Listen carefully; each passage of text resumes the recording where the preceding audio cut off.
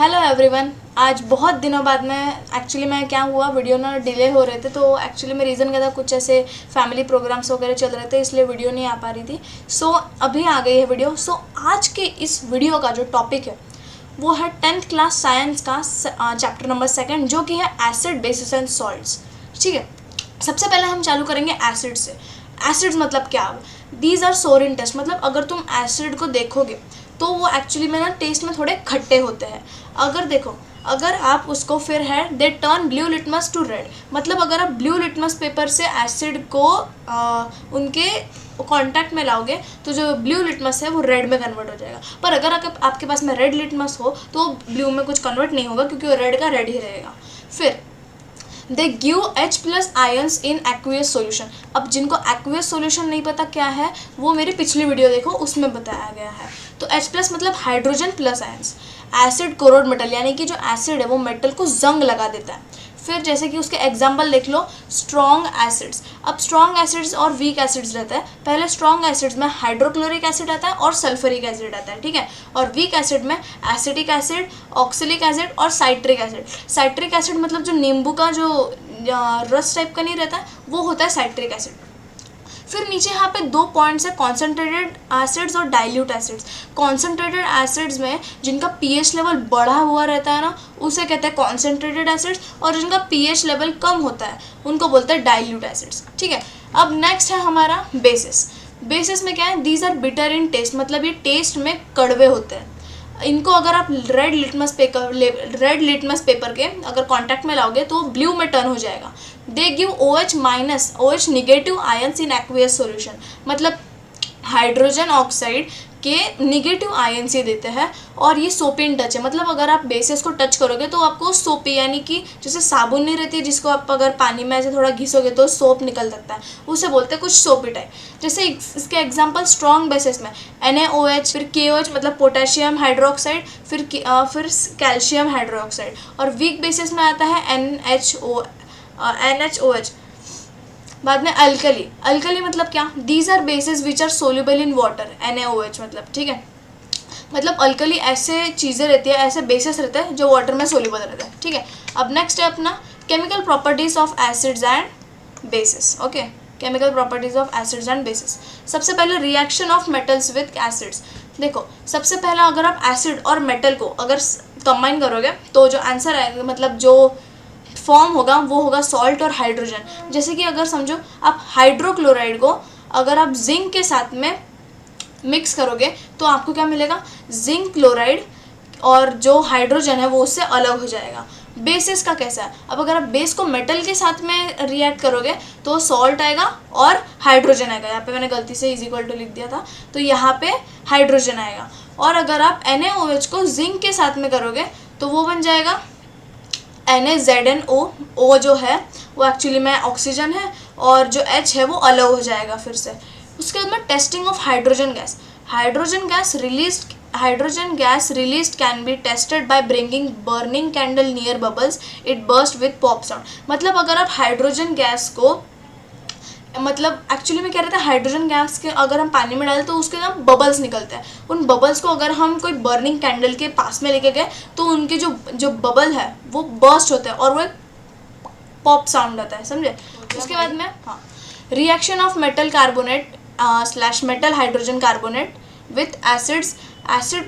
ठीक है, reaction of metal hydrogen carbonate with acids. अब ये जो है इसमें मेटल कार्बोनेट और मेटल हाइड्रोजन कार्बोनेट्स या फिर उनके साथ में एसिड का रिएक्शन होता है, ठीक है। हाँ, जैसे कि एग्जांपल में देख लो, 2HCl यानी कि हाइड्रोजन क्लोराइड प्लस NaC, वो हो जाएगा NaCl प्लस CO2 मतलब कार्बन डाइऑक्साइड प्लस H2O मतलब वाटर हो जाएगा। फिर हाइड्रोक्लोराइन को अगर आप NaHCO3 के साथ में कंबाइन करोगे तो आंसर क्या आएगा? तो फॉर्म क्या होगा? एक्चुअली आंसर नहीं, हम फॉर्म बोलेंगे NaCl plus carbon dioxide plus water. अब बेसिस में कुछ पॉइंट्स हम देख लेते हैं। Basis do not react with metal carbonates and metal hydrogen carbonate. वो जो बेसिस रहते हैं वो मेटल कार्बोनेट और मेटल हाइड्रोजन कार्बोनेट के साथ में कभी भी रिएक्ट नहीं करते। फिर टेस्टिंग ऑफ कार्बन डाइऑक्साइड। अब carbon dioxide can be tested by passing it through lime water. अगर हम उसको लाइम वाटर के साथ के लाइम वाटर के ज़रिए अगर उनको पास करेंगे तो हम CO2 को टेस्ट कर सकते हैं। जैसे कि CO2 मतलब कार्बन डाइऑक्साइड, ये है carbon hydrogen oxide plus CO2 मतलब carbon dioxide gives out CaCO3 plus H2O। H2O मतलब कि हाइड्रोजन बोल रहा वाटर, ठीक है। फिर when access CO2 is passed, जब ज़्यादा CO2 अगर पास होता है उसके साथ में तो क्या होता है, form CaCO3 plus carbon dioxide plus water gives us carbon HCO। Reaction of acids and bases with each other, अगर हम एसिड प्लस बेस करें तो हमें क्या मिलेगा, सॉल्ट प्लस HCO। एग्जाम्पल जैसे कि अगर देखो एसिड हमने लिया हाइड्रोक्लोराइड और बेस हमने लिया NaOH और जो हमें क्या मिलेगा NaCl मतलब कि सॉल्ट प्लस वाटर। अब नेक्स्ट है अपना न्यूट्रलाइजेशन रिएक्शन, इसको थोड़ा ठीक है। When an acid and base react to form water and salt is called neutralization reaction। जब एसिड और बेस रिएक्ट करते हैं जिससे वाटर और सॉल्ट बनता है, उसे बोलते हैं neutralization reaction. It involves hydrogen plus ions and hydrogen oxide negative ions to generate water. Reaction of metallic oxides with acids. अब मेटेलिक ऑक्साइड्स क्या होता है, ये है ना, ये बेस होता है। एक होता है कार्बन ऑक्साइड और एक होता है manganese oxide. Acid plus metallic oxide gives us salt plus H2O मतलब कि वाटर। अगर हम एसिड को मेटेलिक ऑक्साइड के साथ में रिएक्ट करें तो it gives out salt and water. Next है अपना reaction of non metallic oxides with basis. Base plus nitrogen base plus non metallic oxide gives us salt and water. मतलब कि carbon hydrogen oxide plus CO2 plus calcium, it gives us calcium carbonate plus water. What do all acid bases have in common, उसमें जो common रहता है वो क्या है, all acids have hydrogen plus ions। These hydrogen plus ions responsible for their acidic property। अगर hydrogen ions acid के पास में नहीं है तो वो एसिड बिल्कुल नहीं कहलाया जाएगा, क्योंकि हाइड्रोजन आयंस जो है हाइड्रोजन पॉजिटिव आयंस वही उनको उनका एसिडिक प्रॉपर्टीज देते हैं। फिर बेसिस की बारी।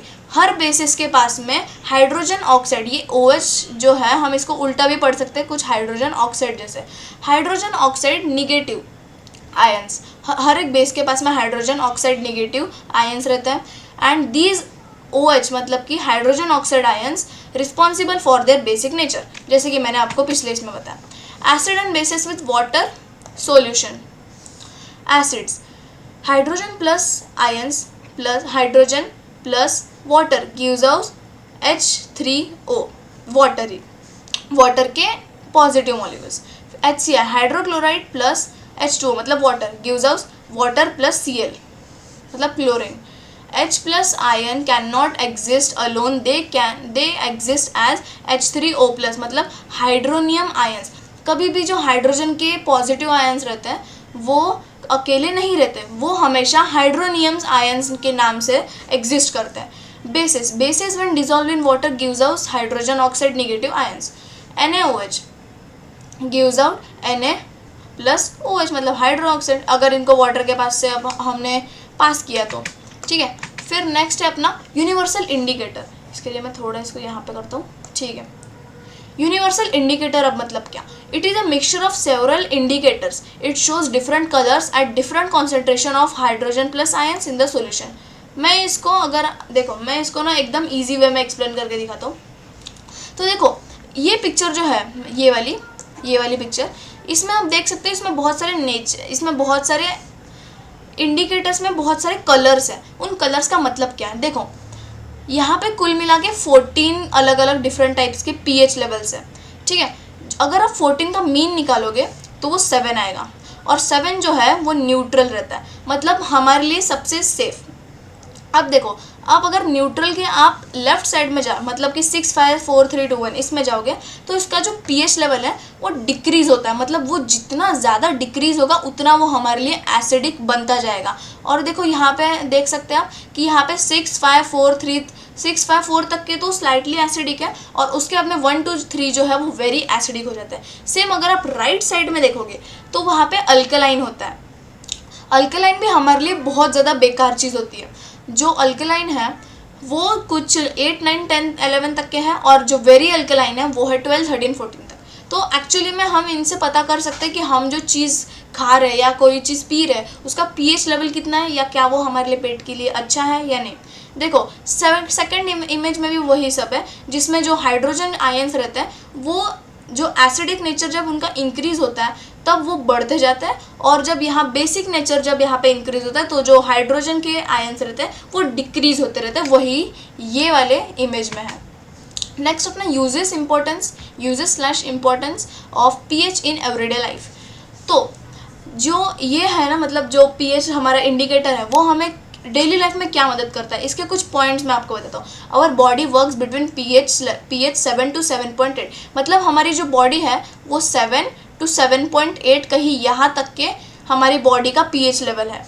PH level less than 5.6 called acidic rain. मतलब समझो ये 5 है, ठीक है, 5.6 मतलब अगर यहाँ से 5.6 से अगर लेस दैन रही, मतलब कि ये समझो ये 5.6 है, अगर इससे लेस दैन रही, ठीक है, तो ये कहलाता है एसिडिक नेचर। मतलब जो रेन है उसे हम कहते हैं acid rain.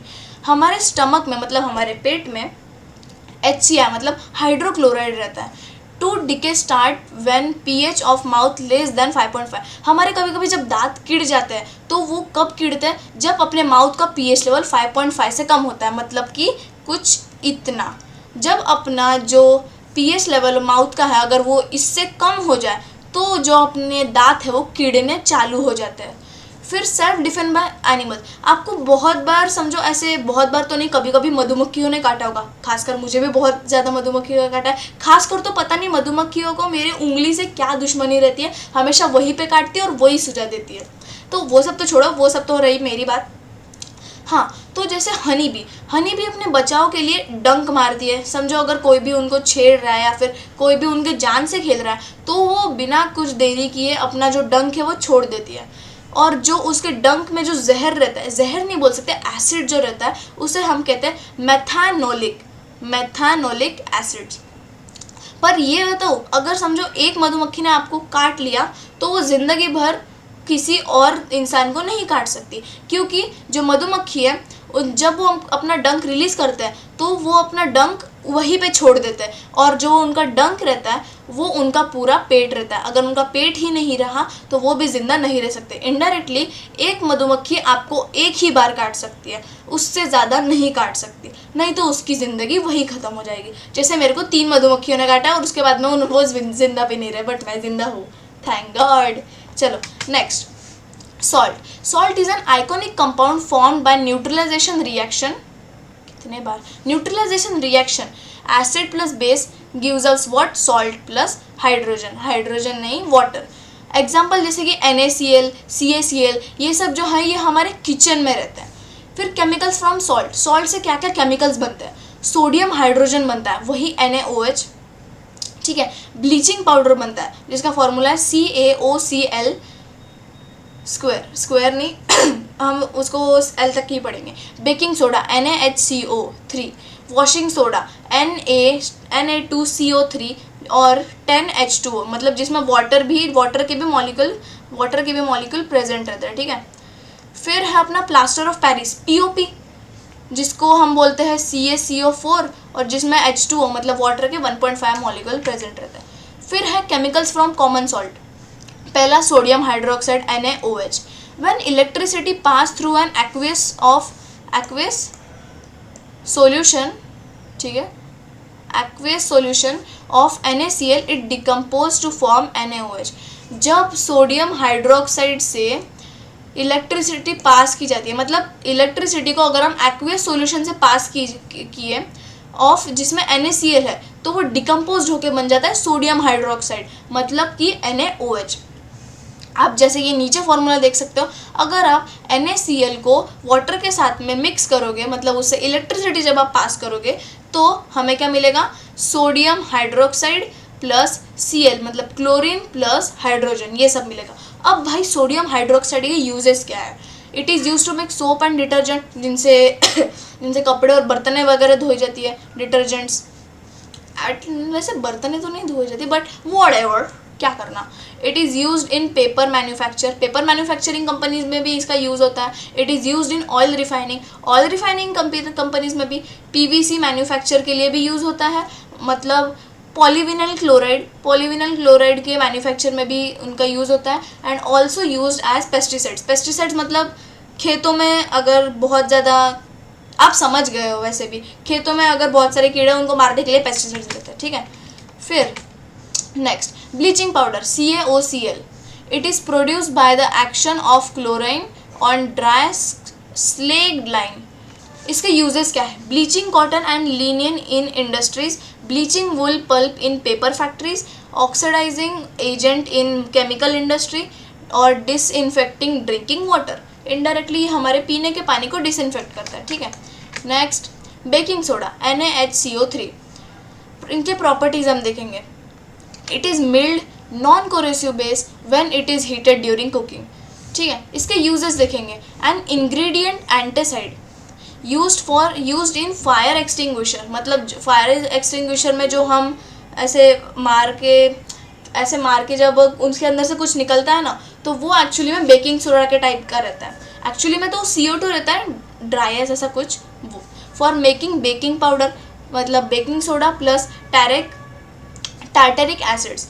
Use of baking powder used in breads and cakes to make it soft and fluffy, ठीक है। नेक्स्ट है अपना washing soda, recrystallized of sodium carbonate gives washing soda, it is basic salt, actually में basic salt ही है washing soda में। मतलब इसके uses हम देखेंगे डायरेक्टली क्योंकि मेरे को आपका टाइम खाने में कुछ भी इंटरेस्टेड नहीं है, आपका टाइम बहुत इंपॉर्टेंट है वैसे भी। In glass, soap and paper industries में यूज़ होता है। मैन्युफैक्चरिंग ऑफ बोरैक्स अगर आपको नहीं पता तो बोरैक्स एक ऐसा केमिकल होता है, केमिकल या फिर ऐसा मिक्सचर होता है जिससे हम स्लाइम बना सकते हैं। Cleaning agents in house, removing hardness of water के अंदर की जो हार्डनेस रहती है उसको निकालने के लिए भी वॉशिंग सोडा का यूज़ होता है। फिर नेक्स्ट है अपना प्लास्टर ऑफ पेरिस, मतलब POP, CuSO4, और जिसमें क्वार्टर भी है। मतलब CuSO4 जब हम हीटिंग जिप्सम को एक्चुअली में जब हम 100 डिग्री सेल्सियस में रखते हैं तो it loses water molecules and becomes POP। इसके अंदर के जो वाटर मॉलिक्यूल्स हैं वो POP में कन्वर्ट हो जाता है। It is a white powder and mixing with water it changes in gypsum. ये जो एक वाइट पाउडर रहता है और जिसको हम मिक्स करते हैं वाटर के साथ में तो वो बनता है गिप्सम, ठीक है। इसके यूजेस देखते हैं। Doctors using to support fractured bones, manufacture क्यों बोल रहा मैं, for making toys, decoration material, for making surface smooth. Next अपना आई गेस यहाँ पे अपना चैप्टर ख़त्म। Yes, so that was all from this chapter. अगर आपको हमारा ये वीडियो पसंद आया हो तो प्लीज़ इसे लाइक करना, मेरे चैनल को सब्सक्राइब करना, और मैं आपसे मिलता हूँ एक अगले वीडियो में, और वो वीडियो एकदम जल्दी आएगा, मैं आपसे वादा करता हूँ। So thanks for watching and bye.